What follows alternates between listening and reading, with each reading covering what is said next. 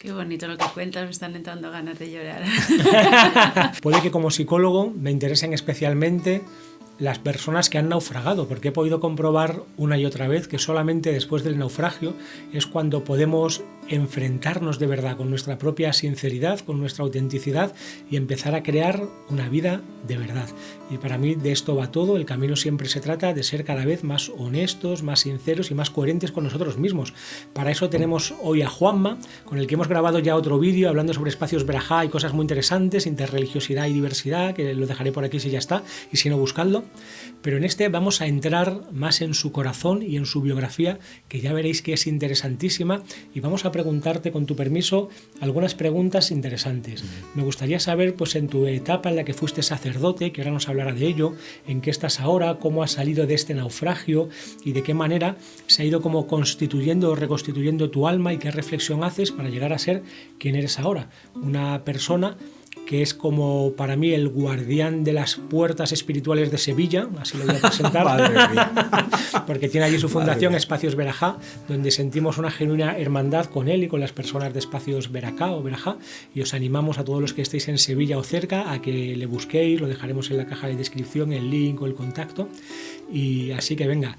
Se me olvidaba, yo soy Rafa Millán, Yo, Martí Herrero. y esto es Psicología y Espiritualidad. Y ahora sí, vamos a ver si sobrevivimos a este naufragio.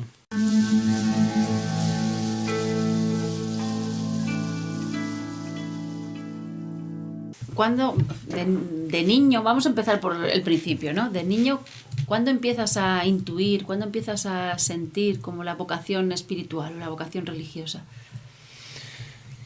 Bueno, eso lo heredo de mi madre, que me enseñó a rezar desde pequeñito y me enseñó a cantar canciones religiosas. Y yo sentía que con aquello vibraba de una manera especial, ¿no? Y me quedaba hasta muy tarde siempre orando, ¿no? Como un niño puede orar, ¿no? Y una relación siempre, toda mi infancia, mi adolescencia, como muy emocional con lo divino, ¿no? Con Dios.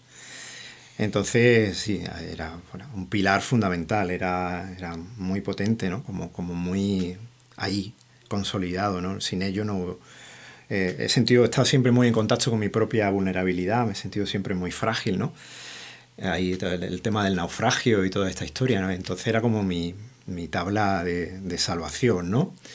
En aquella época, estaba bien avanzada mi juventud de una manera un poco más dual, ¿no? Como el Dios que te saca, ¿no? Esa imagen tan bonita del Evangelio también, ¿no? De Pedro hundiéndose y Jesús sacándolo, ¿no? Mucho desde ahí, ¿no? Entonces ese fue un poco, sí, el origen de una familia cristiana, muy religiosa, de comunidades muy relacionadas con los más necesitados.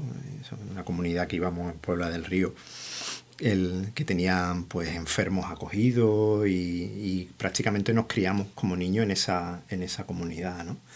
Entonces ese es el origen, sí. ¿Y cómo se va concretando tu vocación dentro del ámbito del cristianismo hasta irte llevando al seminario? Pues es curioso, pero a pesar de estar esto tan presente en mi vida, yo nunca había querido ser sacerdote, nunca. Fue a raíz de una crisis importante, sobre todo emocional, de una pareja, que en un momento de mucha oscuridad, una noche oscura, de las noches oscuras más grandes de mi vida, pues surge así de pronto como la idea del seminario, también como tabla de salvación. Y con 27 años, pues sí, empecé a vivirlo con mucha alegría, la verdad, el tema del seminario. No pienso que haya sido ninguna equivocación, ningún error, nada. Lo viví con mucha alegría. Fueron unos años muy bonitos que dediqué a estudiar, a rezar muchísimo y bueno, y lo viví muy intensamente. Siempre he estado muy en la frontera también, incluso en esta época. De hecho, mi primer y único destino fue un barrio de exclusión social en Sevilla, y ahí se me permitió, porque como estaba allí, pues se me permitió crear una comunidad un poco como yo la entendía. No sé, ahí la institución no se metía mucho conmigo. Entonces me sentí muy libre, ¿no? para vivir. Ahí es donde empezó mi relación con las personas migrantes, me nombraron delegado de migraciones, porque empecé a acoger a gente migrante en la casa, vivía en una casa enorme. Y ahí fue cuando empezaron a abrirse, pues eso que decía antes, ¿no? Las fronteras de mi corazón, mis miedos, y agrandarse la mesa, ¿no? Y las lonas de la tienda también, conviviendo con personas migrantes. Yo estuve vinculado a una asociación que se llama ELIN, que tiene su sede en Ceuta, que trabaja con niños de la calle y con personas migrantes que cruzan. Uh-huh. Y a raíz de ese voluntariado, pues la parroquia empecé a acoger personas migrantes, ¿no? Entonces fue una experiencia bonita, 6 años, pero muy intenso y muy bonito. Claro, un camino cristiano o crístico, como nos decías en el otro vídeo, clásico, ¿no? Con las personas más necesitadas o más vulneradas o que más sufren. Llegaste a ser sacerdote y hacías la Eucaristía, claro. Sí, claro. Sí, es verdad que era una parroquia poco sacramental, porque pues la gente no se casa en esos barrios, pues se casa poca gente, pocos bautizos, que eso también me ayudaba, ¿no? A vivir pues con intensidad pues esa parte más social, ¿no? Con las personas migrantes y oraciones ya interreligiosas con ellos. Y bueno, yo en esa parte fui muy feliz, ¿no? Pero había otras partes, ¿no? Ahí eras ya, antes de entrar en esa otra parte, ahí eras ya como el brasero, ¿no? Que decíamos antes, como ahí esa es donde se dio acogida, ¿no? Esa experiencia, ¿no? Esa experiencia que yo dije, yo quiero vivir agrandando la mesa, que había que agrandarla a veces con tablero, agrandando la casa, sí. Ahí fue donde la viví, precisamente, de ahí parte, ¿no?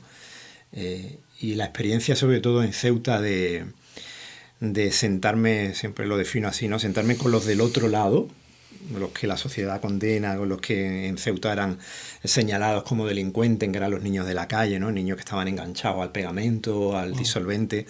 Esa posibilidad de cruzar esa frontera también y de poder estar con ellos, jugar con ellos, comer con ellos, para mí fue brutal. Yo creo que una experiencia de estas que son fundantes en la vida, ¿no? Sentarme con los del otro lado, ¿no? Me cambió la vida, ¿no? Y además siempre lo vivía, lo típico, la gente, ay, qué cosas más interesantes, más buenas hace, qué cura más comprometido. No, yo continuamente estoy aprendiendo, ellos me enseñan, son mis maestros, ¿no? Vienen de esas rutas existenciales, esas rutas ignominiosas, pero a la vez tan llenas de luz. Y son maestros para mí, tanto los niños como las personas migrantes. Entonces me fueron abriendo el corazón. Qué bonito lo que cuentas, me están entrando ganas de llorar. Puedes llorar, eso es bueno para el vídeo. Pues, pero llega un momento, ¿no? Hay un momento en que llega una crisis. Sí. Porque la vida pasa por fases y entonces llega la crisis. Pero veo que hay como varios naufragios en tu vida, ¿no? Aunque unos sean más grandes que otros. Sí, aquí viene uno de los fundamentales, ¿no? La crisis humana, la crisis de no haberme reconciliado con algunas dimensiones mías, ¿no? Uh-huh. Que eso se trabaja regular en el seminario, ¿no? Toda la dimensión humana. Entonces, bueno, fueron unos años de reconciliarme conmigo mismo, sobre todo con mi condición homosexual. Uh-huh. Y al reconciliarme con esa parte, la vida te trae cosas, circunstancias que te hacen decir, ¿cuánto hay aquí que no he vivido, no? Pues claro, empieza ahí un discernimiento que iba paralelo a todo este trabajo en la parroquia, ¿no? Un discernimiento duro, muy duro. Porque claro, yo, como os he dicho antes, era muy feliz, ¿no? En la parroquia con lo que hacía. Pero un discernimiento en el cual pues tengo de nuevo que soltar, vaciarme, ver, y que después de unos años pues me lleva a la decisión de dejar el ministerio, dejar la parroquia, dejar todo lo que hacía, pues me quedé. Eso sí que a partir de ahí sí que fue una noche completamente. Identidad en todos los niveles, espiritual, social, laboral y profesional, todos los aspectos. Porque bueno, la parroquia era pura ebullición de vida, era a nivel social, ya no solo entre gente cristiana, se crearon asociaciones de migrantes musulmanes de un país, de otro, venía gente, en fin, que una vida social impresionante, una vida comunitaria impresionante, pero claro, eso estaba ahí con mucha fuerza, ¿no? Tengo un poema ahí en el libro de sabiduría de un naufragio, que es quien me acompaña en la última esquina de mi casa, ¿no? Y en esa última esquina de mi casa no había nadie. Y ahí yo tenía un acompañante espiritual que parafraseando la Biblia, la frase de la Biblia, no es bueno que el hombre esté solo, decía, no es bueno que Juanma esté solo, ¿no? No es bueno que Juanma esté solo, sí, lo entendió perfectamente. Entonces, bueno, pues principalmente dejé el ministerio, principalmente, había otros motivos, pero eran menores, ¿no? Pero principalmente fue por mi necesidad de vivirme plenamente, de vivirme, experimentarme desde lo que soy y en pareja y no salí porque ya hubiera muchos curas se salen porque tienen a alguien que lo espera fuera. A mí no me esperaba nadie, no me esperaba nadie fuera. Tuve que hacer ahí un camino también de búsqueda o de apertura, ¿no? a esa otra dimensión que estaba ahí. Pero como la vida es una paradoja, sigues en una iglesia. Sigo en una iglesia, es curioso, sí, es muy curioso. Y además que tengo que compartirla con gente que es muy de iglesia. Y ahí tratamos sí, porque hasta vives ahí, ¿no? Bien. Que no lo sepa, sí, no solamente es que ahí haces la labor de la Asociación Espacios Verajá, que os animo a buscarla, sino que allí tienes la Jaima, como esa casa, que es una casa tuya privada y particular, pero también es una casa muy abierta, en la que están siempre ocurriendo cosas, acogiendo gente, y está dentro de una iglesia literalmente. Me quedé muy alucinado cuando la vi. Sí, cuando buscábamos espacios para el proyecto, ¿no? Para espacios para propiciar estos espacios de contemplación y de transreligioso, más que la palabra interreligiosa, yo creo que es más ahora de los signos de los tiempos, lo transreligioso, aquello que atraviesa, ¿no? También las barreras. Pues andábamos buscando espacio, no teníamos nada y apareció una casita ahí que era también propiedad de unas religiosas, pero que no usaban. Y bueno, yo la solicité justo en un momento en el cual yo estaba parado, no tenía casa y me llegó, es muy pequeñita, en la sede de la asociación y ahí normalmente pues vivimos 2 o 3 personas. Hay una plaza también de acogida ahí y también para cuando venís gente como vosotros. Ahí hemos dormido, Mardia y yo. Sí, habéis dormido allí. Entonces sí, y pegado pues está esta iglesia de la que hemos hablado ya, ¿no? Este espacio de un antiguo convento alcantarino que nos lo dejan para todas estas cosas que hemos hablado, ¿no? Mindfulness, bueno, ya lo hemos nombrado antes. Y él iba a hacerte una pregunta, pero no la ha hecho todavía, ¿no? El cómo se sobrevive del naufragio, es decir, cómo es vivir a la intemperie, porque de alguna manera cuando hay algo que ocupa tanto tu identidad y a la vez ocupa todos los aspectos de tu vida, pero desde lo material hasta lo espiritual, ¿no? Pues salir de la estructura debe de ser como morirse, en cierto sentido, ¿no? ¿Cómo es vivir en esa intemperie? ¿Qué es lo que te da fuerzas ahí? ¿De dónde sacaste la fuerza para seguir, ¿no? Cuando te viste ahí saliendo de algo que te había nutrido toda tu vida, buena parte de tu vida. Fíjate tú que a mí las historias de vida de las personas migrantes en sus rutas migratorias, sus historias sobre todo espirituales en el camino, que es lo que narro en el primer libro, en el Espiritualidad en la Frontera, me han ayudado a hacer una lectura de mi propio naufragio, de mis propias intemperies, de mis propios caminos, ¿no? Entonces, ellos siempre cuentan, siempre la experiencia es que cuando ya sienten que lo han perdido todo, que no tienen nada, ahí ocurre un momento de apertura. Es como lo que se decía, cuando se toca fondo, cuando estás ahí en la noche oscura, ahí cuando todo parece que se ha perdido, este concepto teológico que es spes contra spen, cuando ya parece que no hay esperanza ninguna, ahí algo ocurre de aperturas que no sé, que te saca, que te lleva a un lugar nuevo, ¿no? Hay toda una sabiduría en la intemperie impresionante, ¿no? Algún día me gustaría escribir más a fondo sobre la sacralidad de la intemperie. Porque la intemperie, bueno, vosotros que conocéis también la mística sufí, todo el tema del desierto. En el desierto hay una frase por ahí, ¿no? La recojo también en este libro. En el desierto nada te distrae del rostro de Alá. Pues eso, cuando estás en el vacío, el contacto con tu fondo crístico, con esa dimensión luminosa que somos, es más pura. Entonces, ¿qué es lo que te salva del naufragio? Pues transitar el naufragio, dejarte naufragar, perderte. Yo siento que la parábola del hijo pródigo, que para mí también es brutal, que el hijo tuvo que marcharse, tuvo que perderse, tuvo que quedarse desnudo, vacío, para recuperar de verdad lo que había en él, que siempre había estado, ¿no? Que el hijo mayor no hizo ese recorrido, por eso no supo lo que es el amor.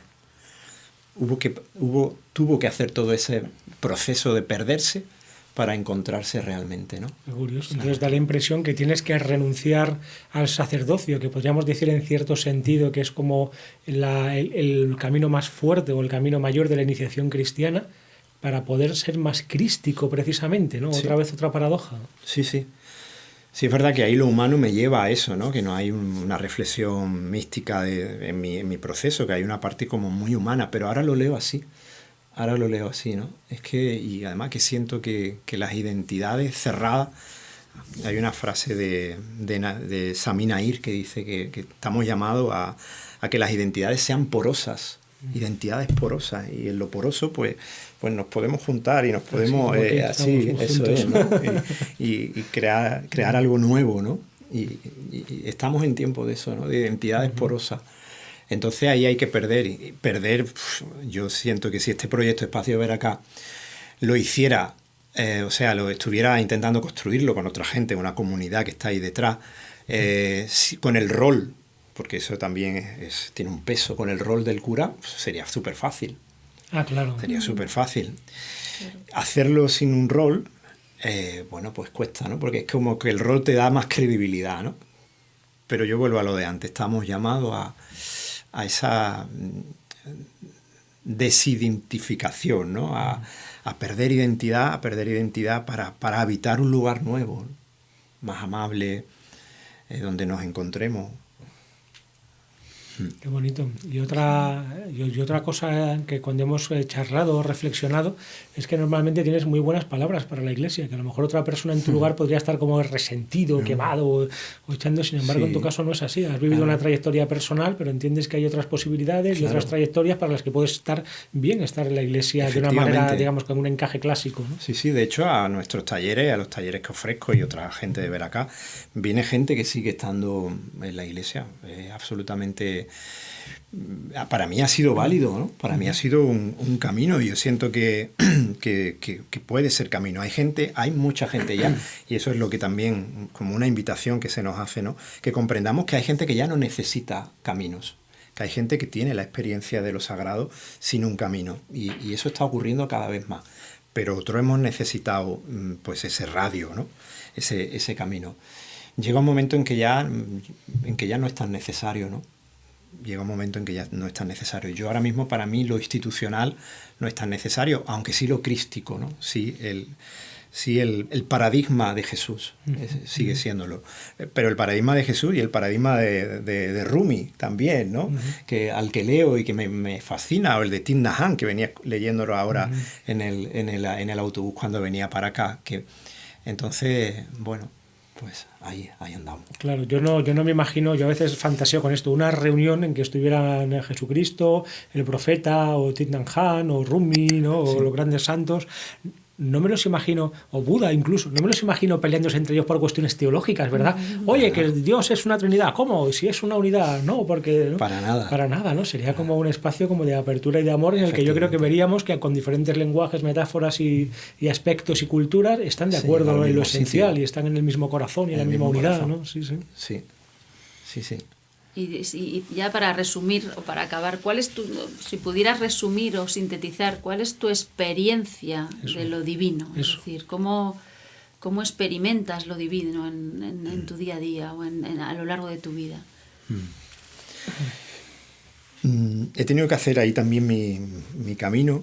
Cuando salí de la parroquia empecé a conocer pues todo el tema de la no dualidad, sobre todo con Enrique Martínez Lozano, que fue para mí un maestro durante unos años, y aquello pues me abrió, ¿no? Al mundo del silencio, al mundo de solo la presencia, ¿no? Lo sagrado en la respiración, ¿no? En el hálito divino, ¿no? Entrando y saliendo y ya está. Yo que venía de una tradición muy emocional, ¿no? Yo era muy de llorar y de dar gracias y de vivir ahí con mucha, también muy franciscano con la naturaleza, y cantaba y todo esto, ¿no? Entonces hubo unos años en el que conocí eso y quise que eso fuera mi única experiencia espiritual. Y lo sentí, al cabo del tiempo lo he sentido como un poco forzado. Y hay una frase del amigo Javier Javier Meloni, que a mí me ayudó como a sintetizar, ¿no? A integrar lo que había vivido y lo que estaba viviendo en este momento. Un poco haciendo alusión al libro de Willy Jagger de la ola es el mar. Javier dice, la ola es el mar, pero no todo el mar. Y él dice, sigue diciendo, es legítimo a la ola cuando está en su crecida y observa el océano delante suya, dirigirse al océano como mi tú, mi amado. Así lo vivo a veces, ¿no? Cuando estoy en mi dimensión más de criatura, más de Juanmita, vulnerable, pues no tengo ya ningún problema en sálvame, Señor, sálvame, y sácame de este naufragio. Eso. Y otras veces que no necesito nada, simplemente respirar. Simplemente respirar. Y ahí lo encuentro. Wow. Ahí me encuentro, en ese yo soy, con mayúscula.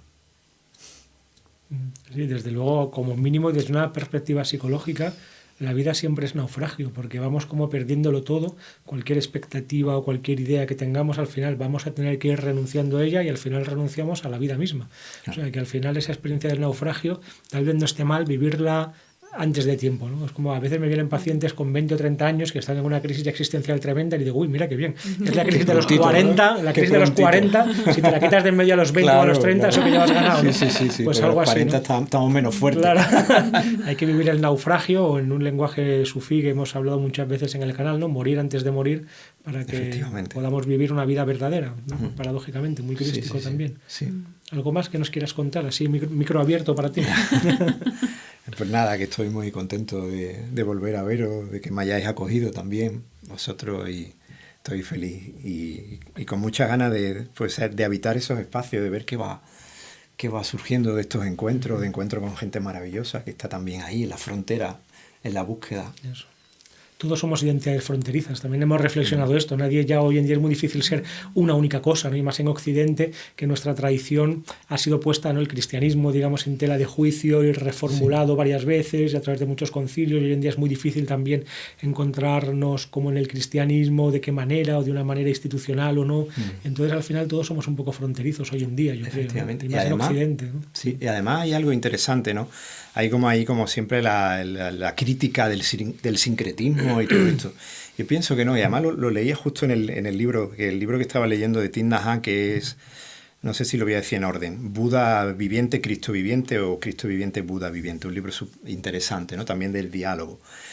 Y él decía que precisamente esas identidades porosas, fronterizas, como tú dices, no nos hace perder, al contrario, como que reaviva lo más auténtico de tu tradición, pero ya liberado de los corsés y liberado de las estructuras y demás. Entonces, no hay peligro, no hay peligro. Yo me he atrevido, porque es verdad que con el proceso de secularización, que es un poco, ahora parece que es un poco menos, ¿no? Con este papa actual, pero en mi época todavía no había dado tiempo a que esto evolucionara, y el proceso de secularización es muy duro. Lo que te mandan de Roma es muy duro. Y yo no me atrevía a hablar de algo que arde en mí, del Cristo, de Jesús, ¿no? Y llegó un momento en que dije, como también utilizando una frase del Evangelio, si yo callo, las piedras hablan. Quiero decir, esto está en mí, esto arde en mí, no puedo dejar de hablar de algo que arde en mí, ¿no? Y me atreví de nuevo a hablar de Jesús desde un lugar ya diferente, ¿no? Que no es el lugar de la verdad, porque yo sigo en camino y sigo ahí con muchas cosas que trabajar, pero sí que es cierto que es un lugar más depurado, más libre, menos encorsetado, más desde la experiencia a la que Jesús nos invita, ¿no? Claro, eso es. Muchísimas gracias.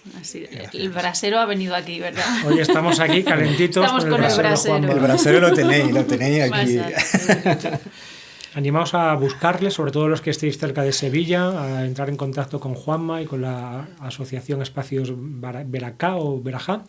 Y venga, Mardía, como siempre, tienes que cerrar el vídeo. Ya he acabado en el otro que veréis, lo he dicho, he acabado yo, acaba. Venga, tenemos otro vídeo con Juanma, que no sé si publicaré antes o después de este, si os ha interesado, que yo creo que sí, pues buscadlo por aquí. Y pues nada, ya sabéis, como siempre os tenemos que pedir, suscribíos al canal si os interesa nuestro contenido, así nos dais ánimo para seguir y hacéis feliz a Mardía. ¿Qué más? de compartirlo, ¿no? Compartirlo. En redes sociales. ¿Qué más? Sí, ya está. Gracias y suscribir, gracias, darle a like. Tenemos ahora un Patreon para el que quiera apoyarnos de otra manera, que curiosamente están saliendo Patreons, que es una cosa preciosa, que al principio nos daba como vergüenza, pero hay gente que está mecenando nuestro trabajo con pequeñas aportaciones, y a cambio hacemos encuentros personales con los Patreon, estamos organizando directos con ellos, así más íntimos, ¿no? Una cosa preciosa. Qué bonito. Estoy intentando abrir también una web para empezar a hacer otro trabajo que estamos preparando de fondo, psicologiayespiritualidad.com, que no sé si ya estará lista y si no estará pronto, y ya está. Y muchísimas gracias por venir. A vosotros, por acogerme. Amén. Y bendiciones.